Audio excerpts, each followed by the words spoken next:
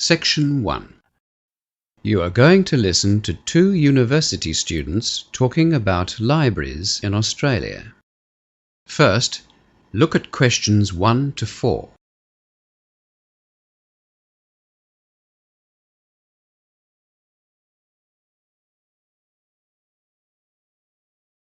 Now we shall begin.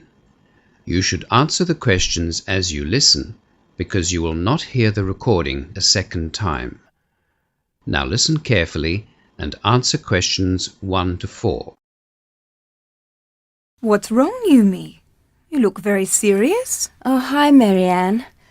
I've just been given the assessment guide for law, my major, and there are lots of assignments. You'll be spending a lot of time in the library then. That's my problem. I don't know anything about libraries in Australia. Well, don't worry about that, Yumi. Librarians here are really friendly, and most of them are extremely helpful. That's good to hear. My flatmate said I should join the local library. Do you think that I need to? Well, I think it'd be a good idea. They probably won't have many law books in the library, but you'll be surprised at what they do have. Australian libraries are generally very well resourced. And hey, if nothing else, you can get free internet access. Is it easy for international students to join? Yes, Lee Yun has just joined. All you need is your student card or some other ID and an account or bill that has your Australian address on it.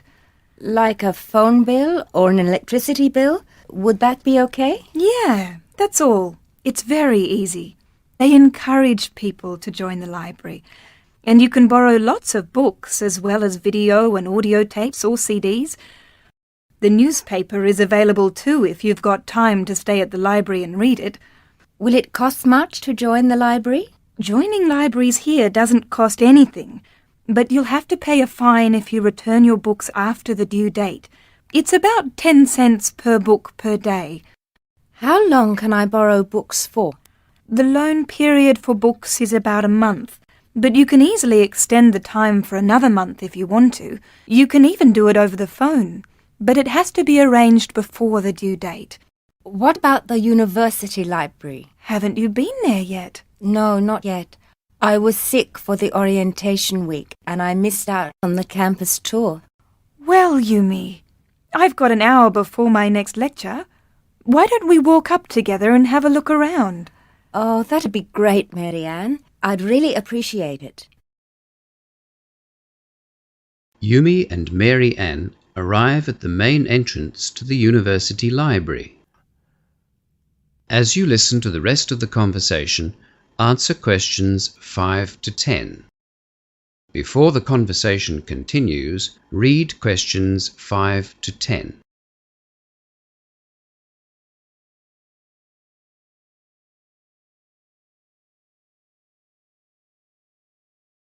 This is the main entrance. Let's go in. It's very big, isn't it? Yes, but here's a map which will help you. Can you see that it's a kind of L shape? Oh, yes. Is that the circulations desk in front of us? Yes. That's where all of the incoming and outgoing loans are registered. When you return a book, just put it in the large box over there. See it's marked returns? Just to the right of the desk. Yes, I see. Can I use the computers behind the desk to access the internet? Those computers are for the library's database search system only. There are computers in the IT block which we passed on our way here to the library. Anyway, you can search for a book by typing in the title, author, topic, or a keyword. Are the computers easy to use? Yes, very easy. Even I can use them. Does it give a catalogue number after you do the search? Yes, it does. It'll also tell you in which section of the library to find the book. The library is divided into 3 sections. Straight ahead, behind the circulations desk, is the monograph collection. That just means you can borrow these materials for normal loans. Monograph collection? Yes, I see. The section behind the photocopiers is for all of the serial publications. That means journals and magazines and newspapers, of course. And the most important section for us is the reference section. You'll use it a lot. Unfortunately, the books in this section can't be borrowed. You have to use them in the library. It's over there, past the quiet study area. I see.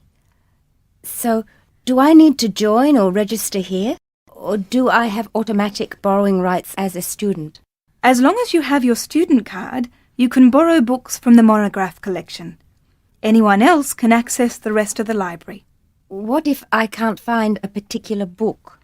That's what the staff are there for, Yumi. Just go to the advisor's desk, take a request card, and fill in the details of what you're looking for. Where's the advisor's desk? It's just over there, the desk at the entrance to the quiet study area. Right. Well, I think I'll have a look now to see if I can find any of the recommended texts for my first law assignment. Yes, good idea. Texts on the recommended lists from the lecturers are very popular, and you should try to borrow them from the library as soon as you get your list. That is the end of section 1. You now have half a minute to check your answers.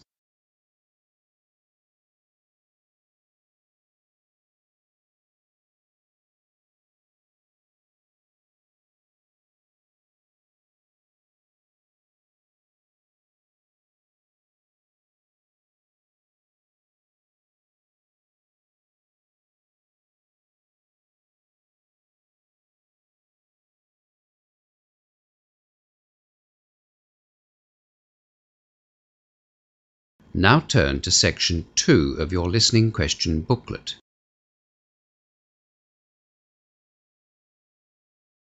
Section 2. You will hear Inspector Jack Dunn talking about international driver's licenses at an information session for international travellers. As you listen to the first part of the talk, answer questions 11 to 16. Before you listen, look at questions 11 to 16.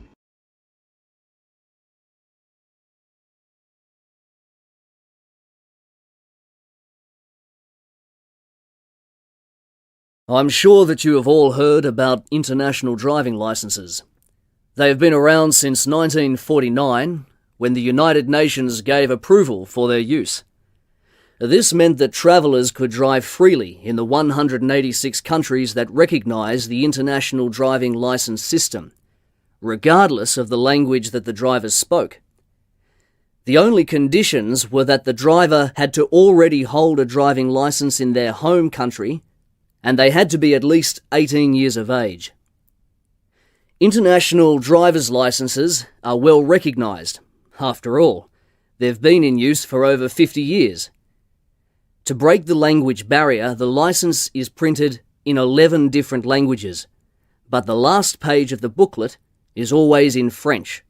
As I said, it is a booklet about the size of a passport, 10.8 by 15.25 centimetres to be exact. So it is easy to carry with your travel documents. It's not too thick or heavy either, only 17 pages. All of the pages are coloured white, but the cover of the licence is grey. It is a useful form of identification when you travel because it includes a passport-sized photograph and the driver's signature. The International Driver's Licence can only be purchased from authorised travel associations in different countries, but it can also be ordered on the internet. The cost, of course, varies from country to country, and for the term or the duration of the licence. For example, a 1-year licence might cost approximately $40, whereas a 3-year licence costs double that. A 5-year licence will set you back about $100. Before the final part of the talk, look at questions 17 to 20.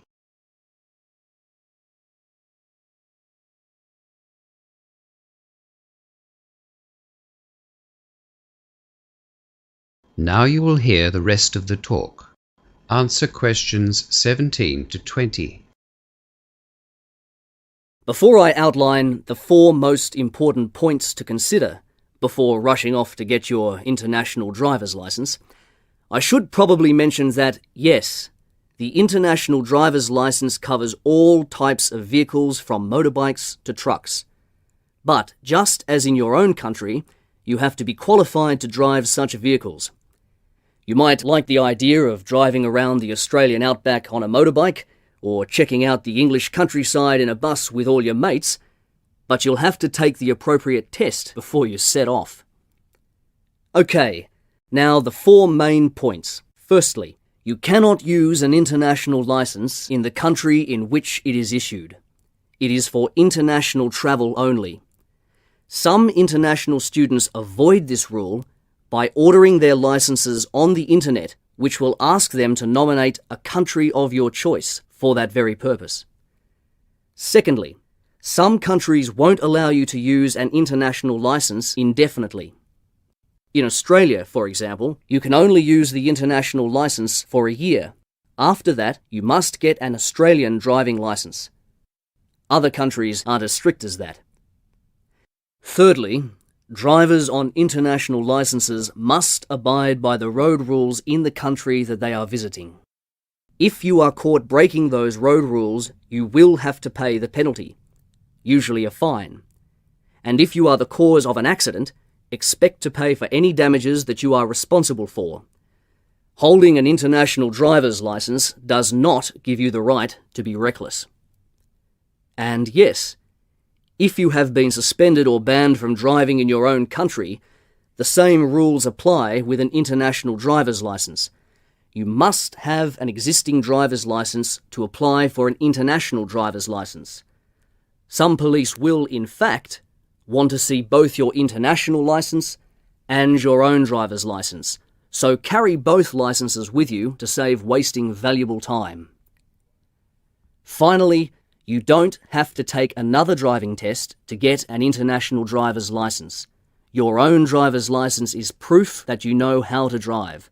However, it is your responsibility to learn the road rules of the country that you are visiting and to understand what the different road signs mean.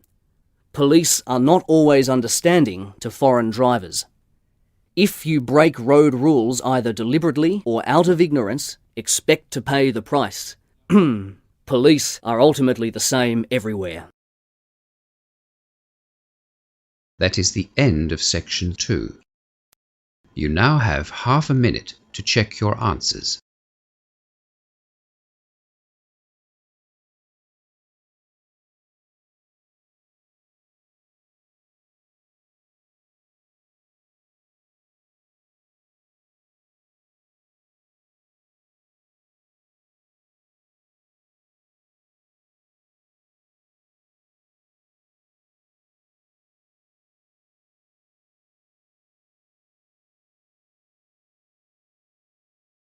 Now turn to section 3 of your listening question booklet. Section 3. In this section, you will hear 2 students discussing the idea of joining a learning circle. First, look at questions 21 to 30.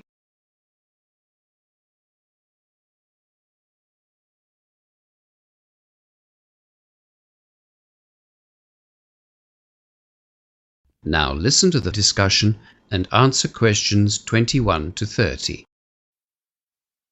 What's the reason for the learning circle you've set up, Hamish? Well, it wasn't my idea. The economics tutor suggested it, actually. He said that it's a good way to make sure you put in the time needed for a particular subject.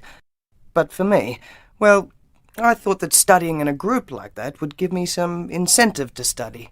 I really need a reason to learn, you know?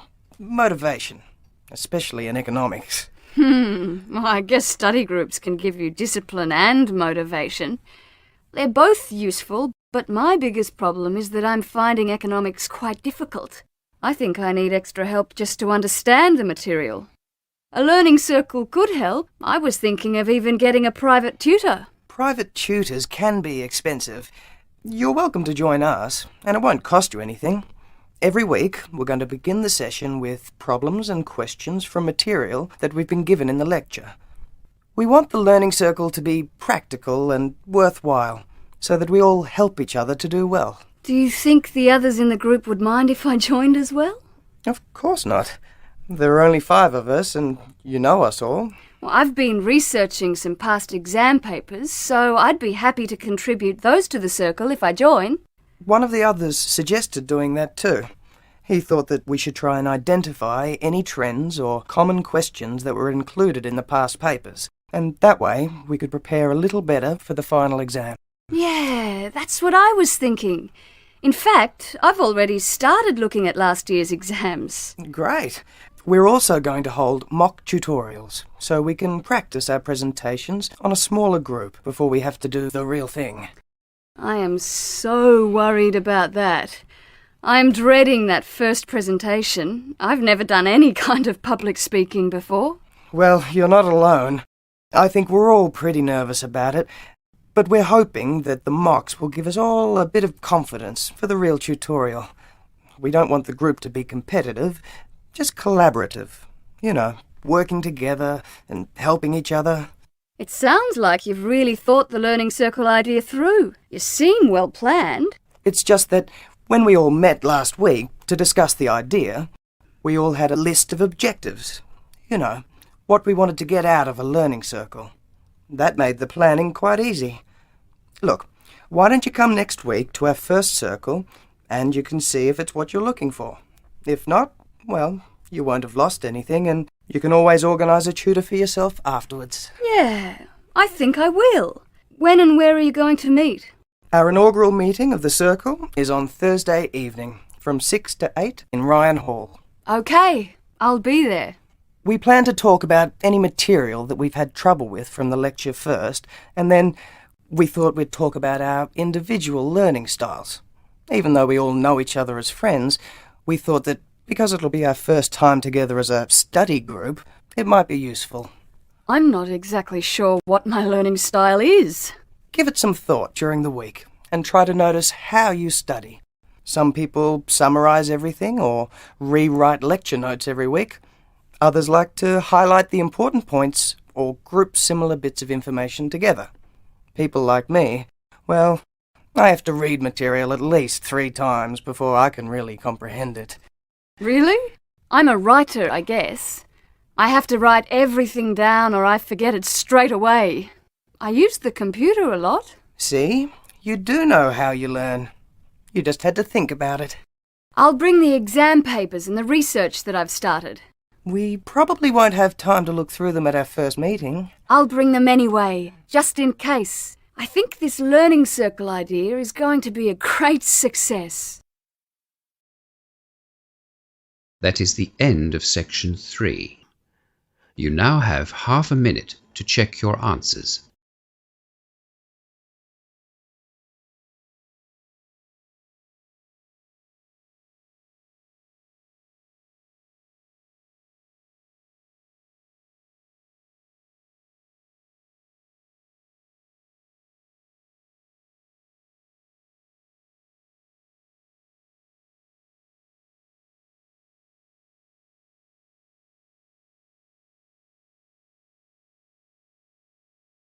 Now turn to section 4 of your listening question booklet.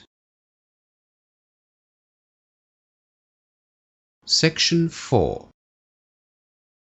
You will hear a guest speaker at an alternative energy seminar talking about wind power. First, look at questions 31 to 40.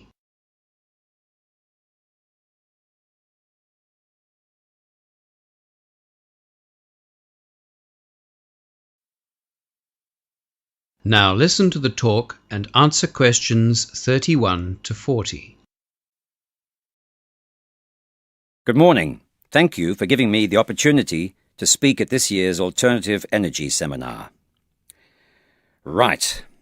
Well, I know that the next speaker, John Dunkett, is going to talk about the mechanics of generating power using wind as an alternative source of energy, so I won't be using any technical terms, and I won't be going into the technology of how wind generators actually work. I'll be concentrating on sharing my own experiences with you. For those of you who don't know, I live on a very windy farm some 3,000 kilometres from the nearest city. That means we're not connected to the State Electricity Commission's grid, and we have to produce our own electricity. When I first bought the farm in 1975, we got our electricity supply exclusively from diesel and petrol generators. The problems with this were twofold. A lot of fuel was wasted because the generators usually didn't run to their full capacity. And more importantly to my wife, the generators were extremely noisy, especially at night. After we'd been on the farm for about 6 months, I heard about what they called a hybrid system. This meant that we could keep the diesel generator, but we also got a generator that was powered by wind. Because our place is so consistently windy, especially in summer, our hybrid system worked very well. In fact, we couldn't believe how well it worked. We also had friends closer to the city who bought this hybrid system at the same time, and they were very pleased with the efficiency of it as well. Their farm is considerably less windy than ours, so even in moderately windy sites, the hybrid system appeared to work well. Both of us agreed that we made substantial savings in fuel at the end of the first year, and of course, our wives were happier, because it wasn't as noisy as often. In 1984, we found that we were rarely using our diesel generator and decided to try our hand at becoming self-sufficient in wind-generated power. We were sure that we'd survive without the backup of the diesel generator, so we imported 4 wind generators from Denmark. America and Australia were dabbling in the technology, but we were too far behind the Europeans. The benefits of wind generators were much more obvious to the Danes, and now, as a result, they supply about 50% of wind turbines around the world. Anyway, the Danish wind generators had a rated power output of 55 kilowatts per generator. They made quite an impact on our landscape, and even though we could sometimes hear the mechanical noise from the generator itself, they were very quiet. The rotor diameters were about 20 metres. We felt proud that we were only using energy from clear, moving air to generate our electricity, no diesel or petrol or fuel smells either. We knew that our resource was renewable. We are, after all, not going to run out of wind, especially at our place. The wind turbine is used to charge up batteries which store the energy. Last year, we bought a 600 kilowatt machine. It is about 46 metres high with a rotor diameter of 43.5 metres. We found that the cost of the turbine was recovered within about 8 months. It should produce over 1 million kilowatt hours per year for us. It does look a bit strange against our flat terrain, but we love it. Best of all, my wife says she can't even hear the windmill, as she calls it, from our house at night. Frankly, I think her hearing just isn't what it used to be, but I must agree that it is very quiet. Additionally, we expect it to last for about 20 years with regular 6-monthly maintenance. Our farm is isolated, and yet you'd be amazed by the number of visitors we have each year to inspect our wind turbines and the effectiveness of the wind generators. Actually, we often joke that when we stop making money from the farm, we'll charge tourists to come and visit our very own wind farm. There is also the possibility of selling the electricity that we generate back to the Electricity Commission, but I think that is all in the future. We've had a lot of people ask us why we chose wind power-generated energy rather than solar energy. But as soon as they visit our windy farm, they know why. Even if our farm were not as windy as it is, we'd make that choice again. From all accounts, it is the least expensive form of renewable energy technology that we have. It can be used in a variety of applications, from isolated farms such as ours to supplying small sailboats without power. Now, I'll hand you over to John Dunkett from the Danish company that sold us our original 4 wind turbines, and he'll explain how this remarkable technology has developed over the last 20 or 30 years. That is the end of section 4 and the end of the listening test. You now have half a minute to check your answers.